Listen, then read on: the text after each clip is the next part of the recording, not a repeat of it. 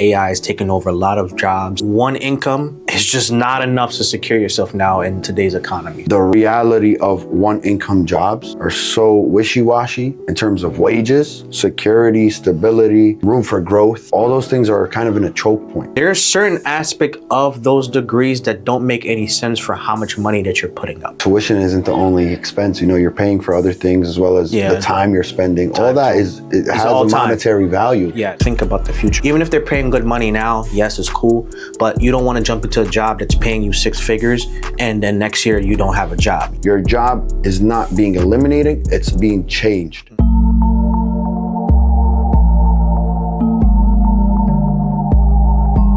What's good, everybody? Welcome back to the Just Know podcast, where we acknowledge your most strongest weapon. As always, welcome back. It's a pleasure to have you guys here. Your boy Just over there, your boy Nas over here. Today we're talking money. Yes. So today we're going to talk about how to secure yourself within the current economy status. You know that AI is taking over a lot of jobs. You know, there's careers where it's not going to really make too much sense for people today that it used to make sense for people before, and that one income is just not enough to secure yourself now in today's economy. So we're going to go more into that. Yeah, absolutely.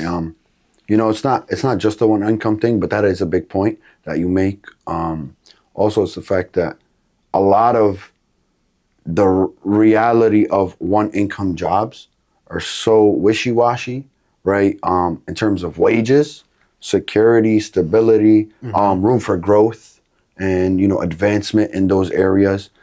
All those things are kind of in a choke point, right? All those critical elements of having a job are essentially, you know, they're handicapped. There's not many areas where, or many fields right now that people are finding employment in or beginning careers in where there's a high ceiling, a high room for growth.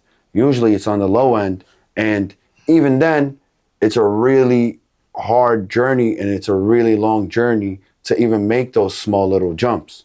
So I think you want to expand about maybe the job market, the stability, the reality of, you know, maybe trades versus traditional jobs, and you know, get a little funky with it. So when you're talking about your career or field, right, when you actually sit there and go out into the world as a young person, young individual, maybe you might be in your own space where you've had a couple of jobs and you're really trying to make that just transition into life, because you can always do anything that you want to do at any point in your life.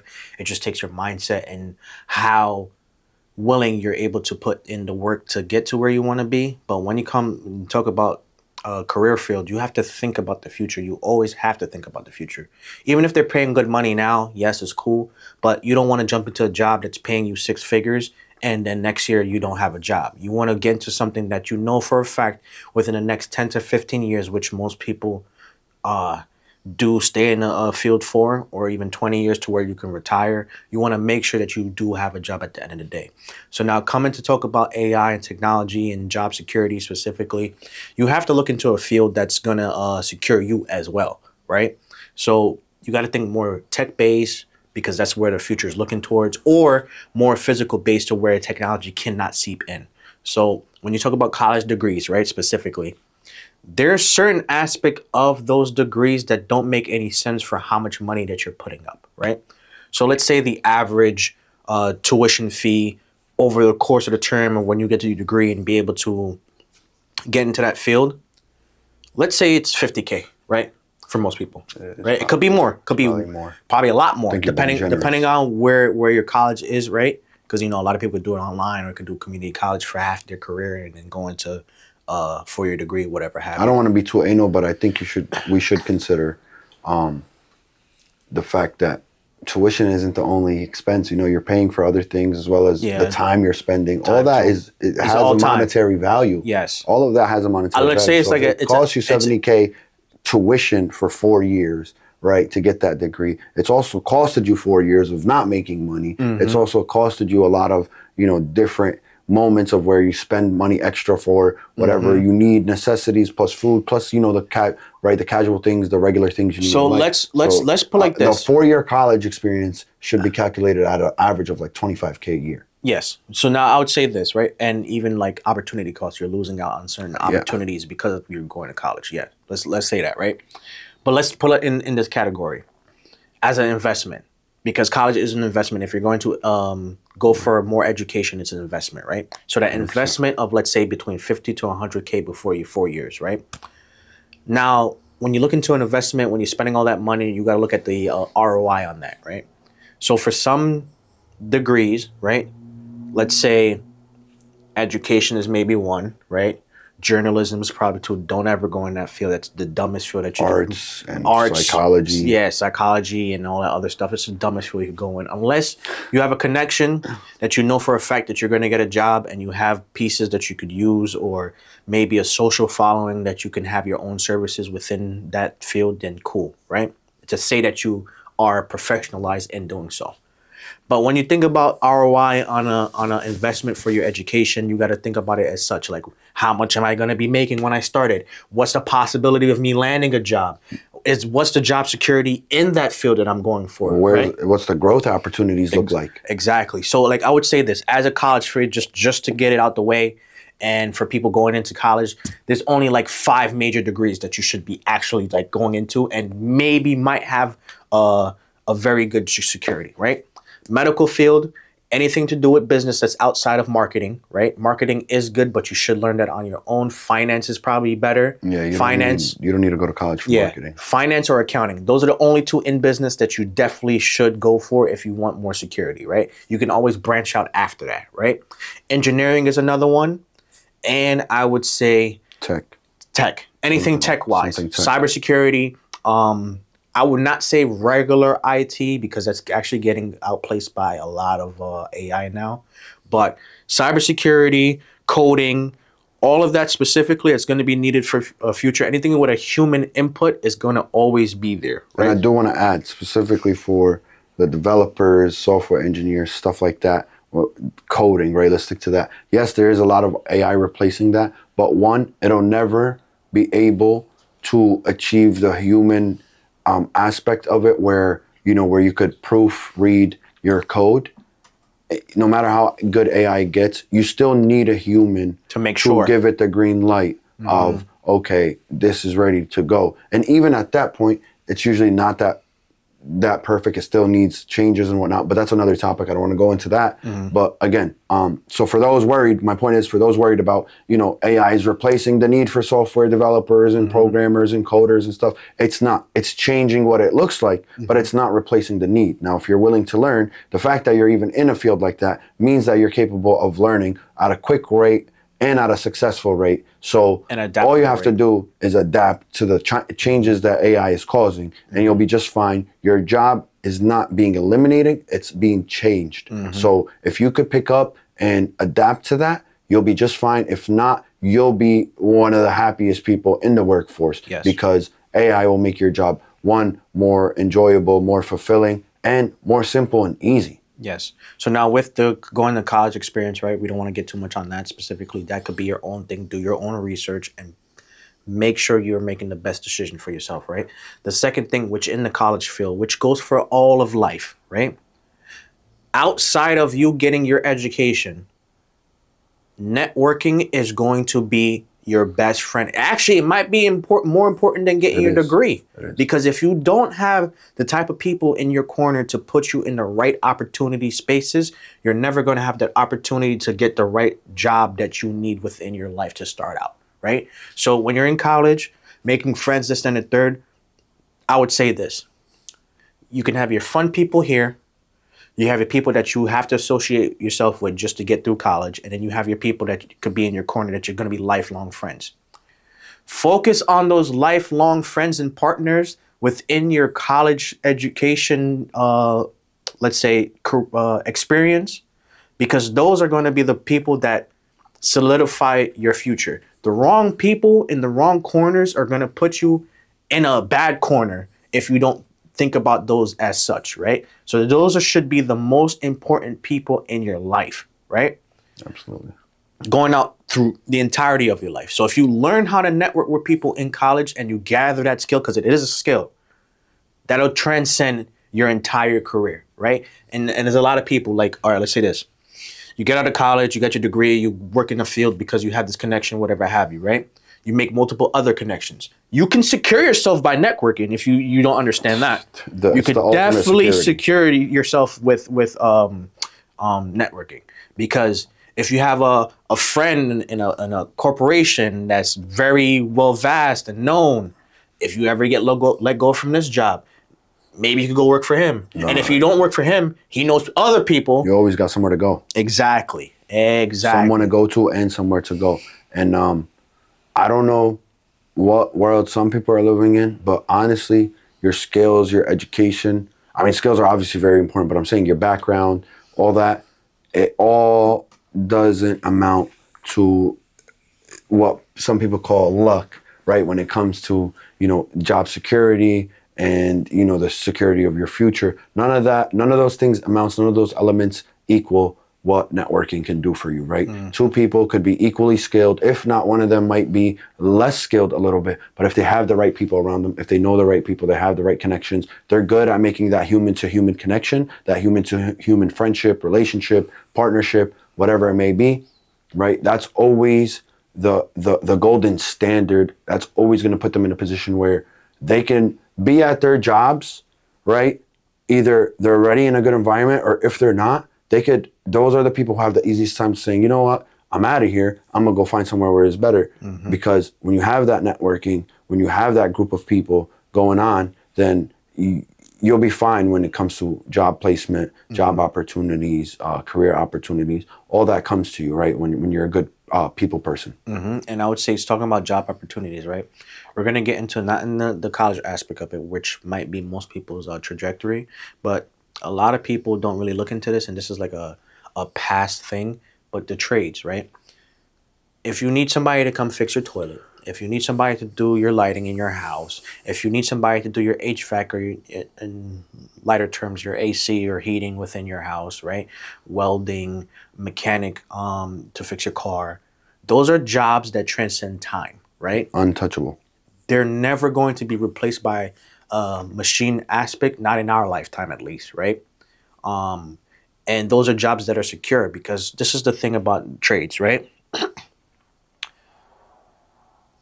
Get very good at the trade that you pick, and something that you're willing to literally exhaust most of your hours to become a master at it. Because once you become a master at it, right, you can actually start your own business and make triple to quadruple or 10x your money, right? And a lot of people don't look easier too. Easier, yes. Because if you become a master at your class, and this is why I say networking is a thing.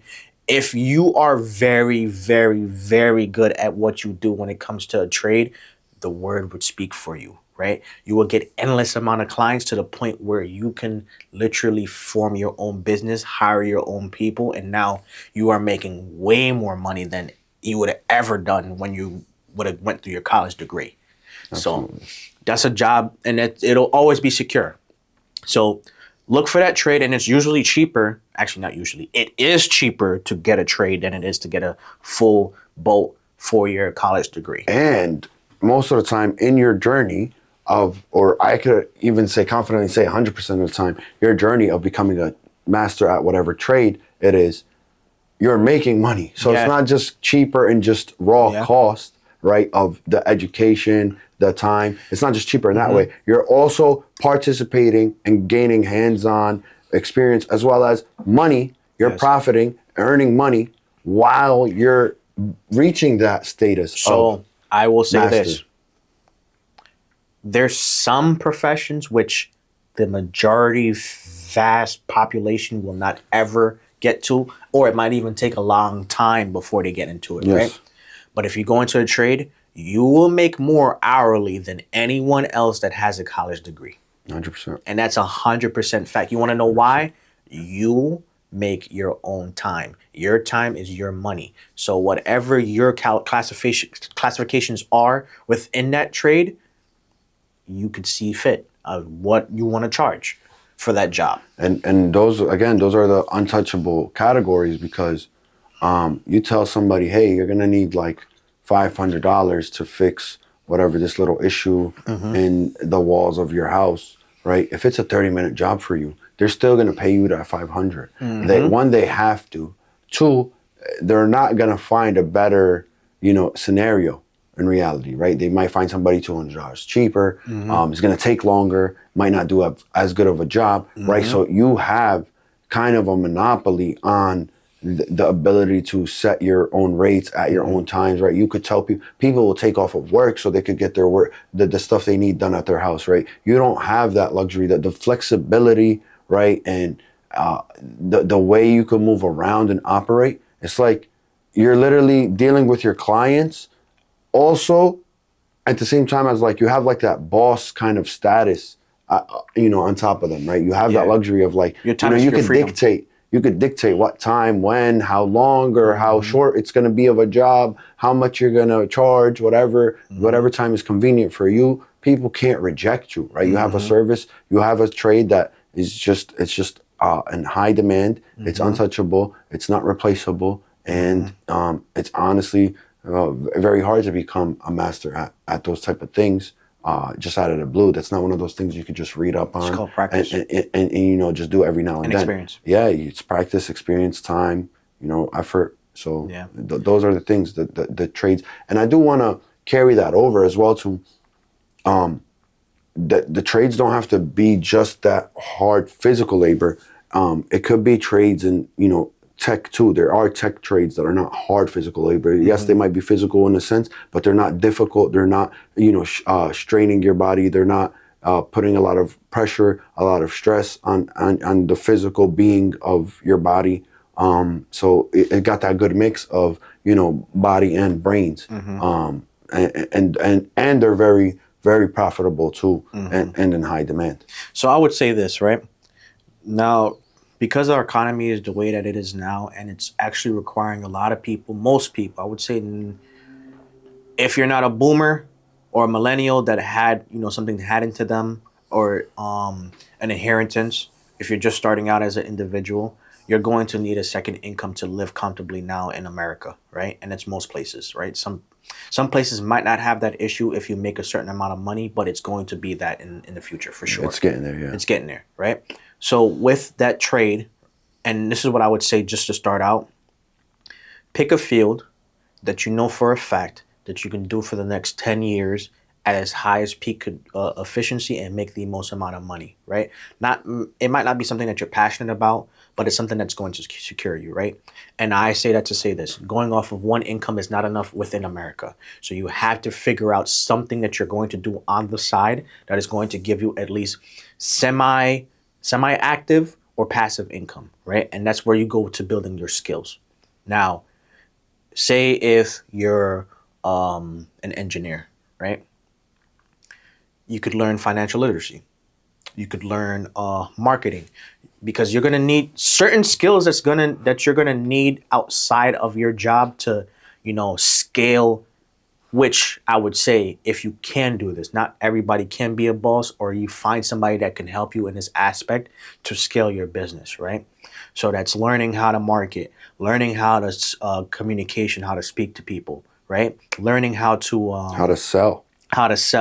That's another thing too, because you're going to be selling yourself all your life. You're right? selling yourself every time you walk into a room. You walk into a place of opportunity. You're either selling yourself short or big, but you're selling yourself. Exactly. So look into the skills. There's a lot of different resources out there that you can learn it for free to gather some skills for yourself, right? And I would also say that to say this.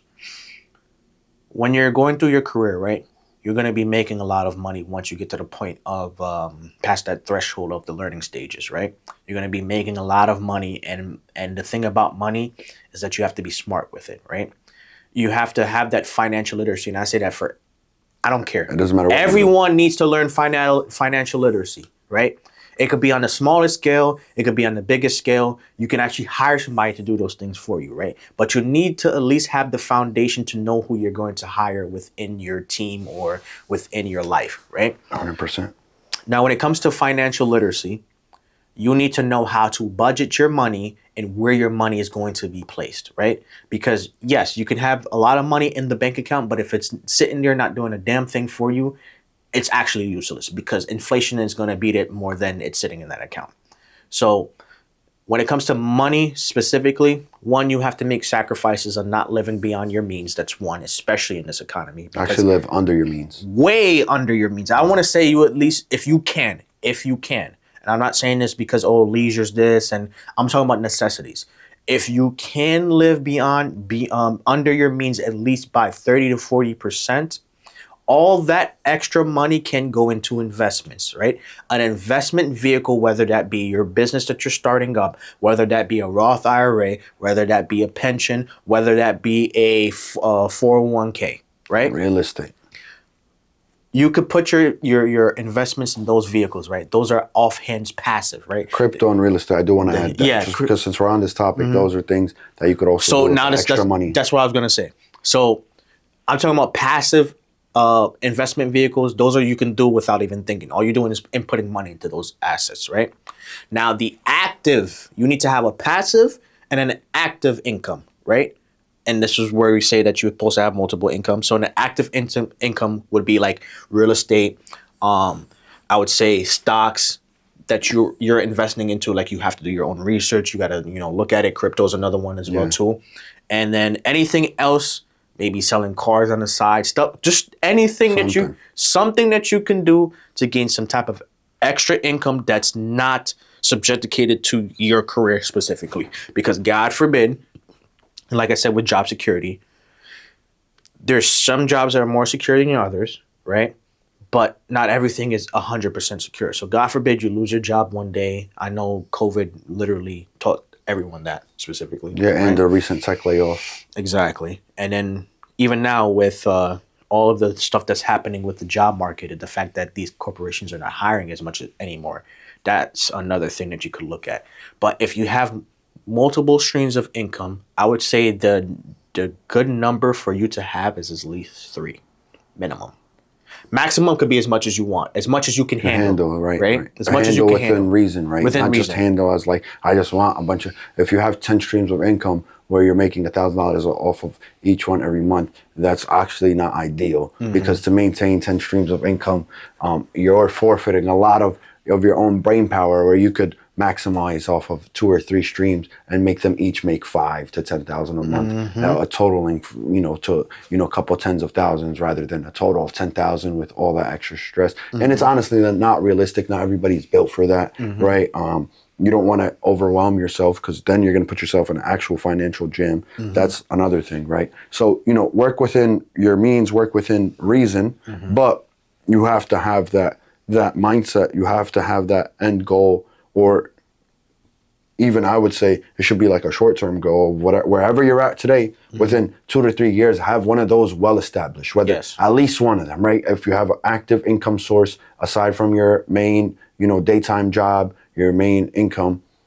If you have another active income on the side that's well-established within 2-3 years from today, if you're starting from just nothing, that's great. If you have a passive income source, a passive income wave, is well established within 2 to 3 years from today, that's also great, right? These things aren't overnight, but they need to be done but before that 20-year mark in your career, before even that 10-year mark, you have to have something going on. Especially like, let's be honest, from just like a dignity standpoint, and I'm going to go on a little tangent, I'll make it short here, but I've been seeing a lot of people who like grew up with this American spirit, with this American, demeanor and mindset going into the workforce, going into corporate life. And a lot of them, just their dignity has sunk. They've learned and grown to hate the corporate environment that really strips you of, your uniqueness, your individuality, your freedom, your ability to get creative in the workplace, your ability to kind of like dictate how you operate within the scope of whatever it is you're doing. Like you're essentially a robot. Like it's crazy. We're talking about AI, but naturally the corporate lifestyle could turn you, if you're in the wrong environment, it could turn you into a robot yourself. You could gradually transform into the same robot AI that they're creating to replace you for the most part. And it's pretty sad, like where you're forced to turn off the creative side of your brain and a lot of people are getting sick of that corporate that element of the corporate lifestyle. So yeah, some corporate jobs are great in other senses, but when you're in a bad environment, it can really strip you of a lot of like the human nature aspect of your life, and you don't want to stick around there, right? It'll be great. Imagine how much of a luxury it would be to, like, one day, you're getting ready for your boss to, say some crazy shit, disrespect you again, but this time in your mind, you got your little, your shot that you're gonna take at him, knowing that, like, yo, I'm out of here anyway, right? So you get to get your get back in that moment, right, and fire back and snap back at him, and you could proudly, with your shoulders back, your chest out, right, your chin up, and you can be like, I don't need this anyway. Yeah, right? so I would say that going into a field and limiting yourself completely is the same aspect that you're going to have within that corporate lifestyle. You're going to be stuck there if you don't make a certain sort of choices within your life to solidify yourself. You're going to be put in an environment that you're going to have to stay in because that's the mean and the lifeline of your survival, right? So I say that to say this. To solidify yourself, and I'm talking about yourself, forget everybody else. You need to have a certain mindset, a certain aspect that you do within your life that should be a baseline for everyone, right? Don't take on debt that you don't need to take on, right? Because bad debt. The more debt that you place yourself into that's not creating you money or even have the possibility of creating you money, you're going to have to work for that for years on end just to get yourself out of that hole, right? And then also, emergency funds, you never know when something may happen. So having an emergency cushion for you should be one of your main goals. And then the excess money should be your main goal to keep. This is why we say to live below your means, because when you live below your means, you're making excess money, which is profit, just like in a business. You have your expenses, you have your income. If you have profit every single year, you're able to keep that as a cushion, and you can do whatever with the profit that you want. But most people need to have an emergency fund, right? They say that in America, I'd say more than 70% of people don't have less than $1,000 in their bank account. Now, in this time frame that we have right here, $1,000 is not even a lot, bro. $1,000 is like, even if they had the 1,000, they're not in good shape. The $1,000 is equivalent to $100 back then, right? And not even that far back then. Exactly. Talk about like maybe 15 years. Now, emergency expenses are causing $5,000, $6,000, $7,000, $8,000, right?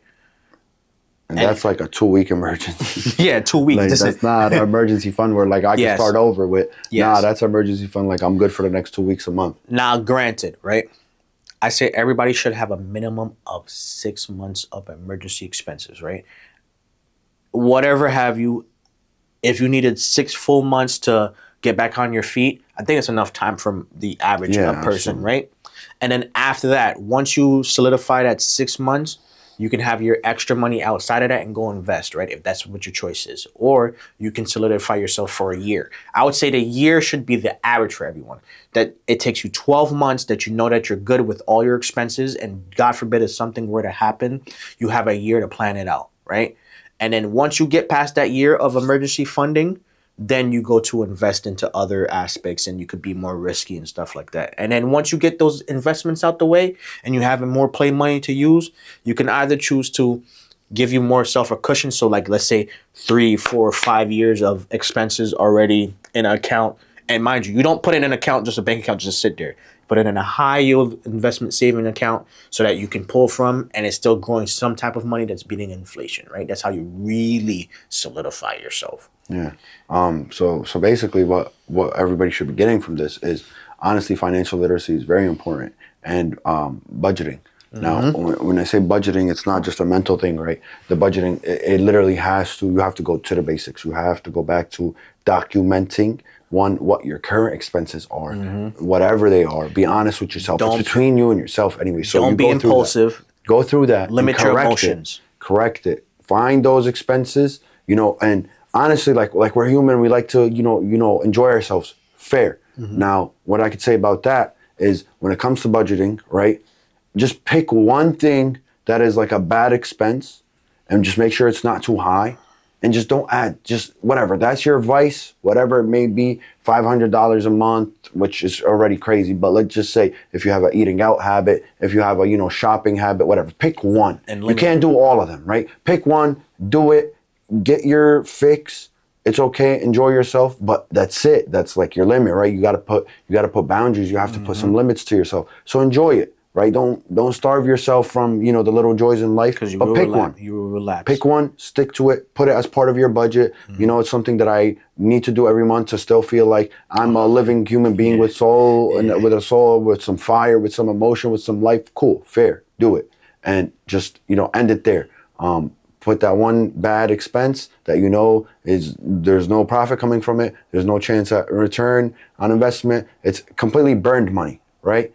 Pick one, put it as part of your budget, and just stick to it. And watch how much money you end up saving, or you feel like you're making, even if you're stuck at the same, weekly, income, bi-weekly income, whatever it is, monthly income. Whatever you're at right now, I swear if you just budget, you're easily going to be feeling like you're earning an extra 20 to 30% a month. So if you're making $6K a month, right, and you feel like it's not enough, just by budgeting and sticking to it, within 3 months, that 6K a month, you're gonna feel, even without it increasing, you're gonna feel like you're making 10K a month, just because you've eliminated the unnecessary, random, out of the blue, for no reason expenses, or high expenses, unnecessarily high expenses. If your groceries are costing way too much because you're just bad at, shopping, or you throw out a lot of stuff, whatever it is, just making those little corrections automatically makes you feel like you're earning 20 to 25% more, even 30% more monthly. Now mix that in with really living below your means. This is just, again, the 20 to 30% feeling like you're making that much more. That's just based off of making corrections. You're not reducing your lifestyle at all. Now imagine if you were to reduce, okay, I'm used to spending, and this seems reasonable, but I'm still going to cut it by 10% here, and I'm still going to do this over here, and I'm still, just by budgeting, you're just skyrocketing, right? It's an exponential feeling, one. Maybe monetarily, it's not going to be an exponential result for the time being, but you're feeling, you're the way you're going to uplift yourself, motivate yourself, it's going to be crazy. It's a magic trick. I'm telling you. Stick to budgeting. It's so sad how many of us do not budget. No. I don't really know many people who actually budget, right? And if they don't do it properly. Not even budget. They don't do it properly. Right? It's all like just in their head. They do numbers like, this is what my costs are per month, whatever. They don't even really G-check themselves. They don't really make sure that they're sticking to it. Forget all of that. Budgeting. People don't even know where their expenses is even coming from. That's what I'm saying. It's all in their head. So they don't even know how to budget, because they don't even know what's coming out. They're not writing it down. They're not making a spreadsheet. They're Nothing. not, bro, do it in a pencil and a paper. Just 1 month. I don't know. Find a way, do it. I mean, there's a lot of online resources you could do to make it really simple, and it's all plug and play. Because I'll say this. Right, but even if you don't want to do that to overwhelm yourself, you could do it on a pen and paper. I'll say this: if you don't know expenses as a grown adult, you're doing a. You're not a grown adult. You're dying by 1,000 cuts, bro. 1,000 little cuts, because every time that a dollar is being taken out of your entire pool, mind you, you don't make unlimited money, especially starting out. So when you look and you go swipe your card and it says decline, and you're like, oh, I thought I had this much money. It's because all of those little subscriptions and services that you have, that you signed up for and completely forgot about, that's actually eating away your money. And $20 times 8 or 9 services is a lot of money per month, right? For somebody starting out specifically. Right. So now I'll go to say this. As an individual, and I know we all have our temptations, we all have the things that we want to do in life, but we got to understand this, right? For you to outlast everything that's going on, it starts here before you go into the world, right? Choose to be more stable than to flex, right? Choose to be more humble than anything else. Being humble will actually make you a lot of money, because you're not making dumb decisions. You're not spending excess money that you need to spend specifically. And understand that life is an adaptation. The word adaptability should be in your forte throughout all of your life. Life always changes. There's always new thing that's going on. What happened 5 years ago is definitely not happening to now, or what happened in the next 5 years is gonna not gonna be the same as today, right? So you gotta learn how to adapt with the situation, because there's a lot of people in the world that think that, oh, I'm gonna just keep doing the same thing forever and nothing's going to change. That's insanity. And somehow it's going to work out. Exactly, that's insanity. Doing the same thing, thinking about a different income is insanity, right? And then the next thing too is comfortability. Do not ever get comfortable or complacent within your life, right? The rug that you're standing on, your foundation that you're standing on, can always be swept right on from under you. So if you don't constantly try to make sure that you cushion yourself, that you always learn, you're always up to date on things that may be changing, because the laws are going to change. Your job is going to change. Cost of living. Cost of living is going to change. Your lifestyle is going to change. Living scenario. Your responsibilities are going to change. Right. So the fact that you're not able to adapt to that is going to be your complete detriment. Now, to say this with mindset, we're going to end off specifically on future proofing, right? So like we said, having multiple incomes, giving yourself that financial cushion, having that mindset to go, forward in life, right? For you to future-proof yourself, you always got to be ahead of the curve. You always got to be 2 steps ahead of your competition. Your competition is yourself. So don't think that just because you're at this high point right now doesn't mean that you can elevate, right? Because your high point today may be your base tomorrow. Right. Actually, most people that you've witnessed, whether, over the past 10 years, being that social media is a thing now, and we actually get to see, freely, and it's very accessible to witness people's, their takeoff from 10 years ago, 5 years ago to today. We could actually keep up with how somebody is doing and their progress, and where they've reached, being that this is a real thing and part of our society nowadays. All those people have experienced exactly what you just said, is they're at their high point, and eventually their high point ends up becoming another low point for them to reach a different high point, which takes them even higher. Mm-hmm. And it's not really like this, where you're going higher and higher. You're really going higher, and then that high just by default becomes like a low, and then you're going back up here. So it's like, it's almost like stagnant, but relative to the time, to the scenario, to the era, to the society, to the economy, all that, you're not actually stagnant. But you should have that feeling of I'm improving, but then I'm going to be stagnant again, just due to natural, elements and natural causes, right? Survival of the fittest. And then if I stay like this, I'm going to end up being, on the bottom again of the food chain. So then I have to bump it up a notch even more. So another big thing when it comes to future proofing is investing in skills and investing in knowledge, right? Education, go back to the college thing. There's no shame in education. Actually, education and learning is some of the most valuable things you could have as part of, your skill set.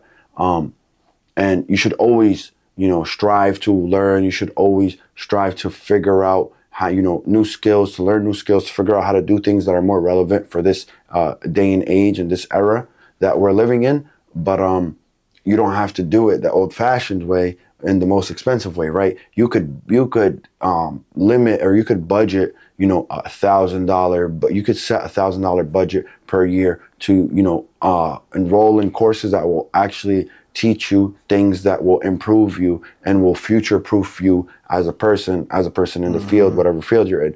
$1,000 budget a year, if you ask me, to learn is a major investment. Speaking of investments, right? You should never stop that. That should be something that's yearly, if anything, monthly. Some type of couple dollars, $100, $200 a month to learn, or if you want to do it on a yearly basis, whatever the case is, it shouldn't be a major expense, because it doesn't have to be. Not that it just shouldn't be. You could learn so much, and you could future-proof yourself so well and so strongly with just $1,000, $2,000 a year, if not less. And you And know, that a will year from today is going to be even cheaper because there's going to be a broader range of free information, and it's going to be more easily accessible and digestible, right? It's going to be formatted, it's going to be structured in a way where it's so easy for you to and consume it's and going to be more benefit from. knowledge too. It's going to be more information on top of that probably would have outdated what you learned before, and now you're learning it again in a better, new, structured way. And I would say this specifically, right? Your knowledge that you learn every single year, the money that you put towards yourself to increase that knowledge, is a stackable benefit, right? Those returns are like 10x, 20x. 10x, 20x, like you're the return on investment off of that just learning alone is going to 10x everything else that you do inside of your life, right? And I would say this just to close off and to really actually think about it specifically, right? Because it's a question that a lot of people don't really ask themselves. If you were to stop today, right? I'm talking about no career, just completely a whole. What have you done for yourself? What do you currently have? And if you look at everything that you currently possess, the skills, the knowledge, the assets, the career, if it's not where you actually want to be, or if you're not satisfied with that, it's time to make a turn for the better. It's time to be more serious on the goals that you have for yourself. Because they always say you live life with no regrets. But if you're currently at a stage in life where you are currently going to regret by asking yourself that question of what you have, it's time to step it up a little bit more. Yeah, you definitely need to take it more seriously. And I do want to add, because, you know, there is a very serious theme behind the subject that we're speaking about right now. But I do want to, you know, kind of take it on the lighter side of our nature as humans. We find joy in excelling. We find joy in Challenges. improving challenges. Like, you know, these are the type of stimulations that our brains really feed and live off of, right? Learning new things, accomplishing new things, picking up new skills. Like, imagine every time you're in a scenario where you're sitting or doing something, you're sitting, you know, having conversation, right, with people, or you're in a social environment, social setting, right? Or you're in a work setting and people come to you for answers. How to do this? How did you learn to do that? Where did you understand this from? What made it easy for you to, when you're that person that people are asking, that is the ultimate, like, for your own self, forget about everybody else, even though it is a flex, that is like the ultimate fulfillment. That is, you know, something that really, you know, I'm a throw in a sexual sense. That shit's a turn on for yourself, right? That shit gets you excited when you're that person in the group, in the environment where people come to you knowing, like, yeah, I know this guy is well, you know, he's well versed. I know he's highly skilled. I know he's knowledgeable. I know he's intentional with what he does. I know he's always, you know, trying to learn, trying to improve. When people are going to you for those things, those are some of the best feelings you could experience, right? So in order to reach that, you need to challenge yourself. You need to consistently educate and increase your skills. You need to consistently kind of spread your wings and maybe not scatter everywhere, but spread your wings and be willing to grasp more of what it is that you're already doing, right? If you're in the finance world, grasp more finance. You're in the real estate world, grasp more of that. You're in the tech world, grasp more of that. Learn more of what it is that you do. And that's one of the best feelings that you could get, sexually, mentally, physically, all of that. I promise you. So to end off, I wanna start doing a new thing for the show, and usually simplicity is the best. So as going forward, just gonna end off with always two words that everybody should just go into, right? So for this episode, there's two words that you should need to learn, live by it, have it in your everyday vocabulary and thought process. Adaptability, that you can adapt to any situation, that you're willing to adapt to any situation, and delayed gratifications. The willingness to put off your current temptations and your current goals and things that you want to do for the betterment of your future. Because without delayed gratification, a lot of people sell themselves short, and I don't want you to ever think that you cannot do more. Right. So if it ain't gonna happen tomorrow, it's gonna happen. You just gotta wait for it. And be patient. Don't You shouldn't even want it to happen tomorrow. You should find joy in the delayed result and Fall in love with the gratification. process, man. We're all here to live life and to have experiences and to have memories, and we don't need to rush it, because when that last day where everybody's going to face where they expire from this earth, you're going to wish that you had more time to experience it all. Yeah, so thank you guys for coming, and as always, it's a pleasure to have you guys here, and I hope you enjoy the rest of your evening, the rest of your day from wherever you're watching. I hope by this time, at this point in time, where we've reached, we've transcended the American borders and probably Yes. reached somewhere else, Everyone. hopefully. So if you're on the other side of the world, enjoy your time, and again, it was great having you guys here. All right. Have a good one. Peace. Peace.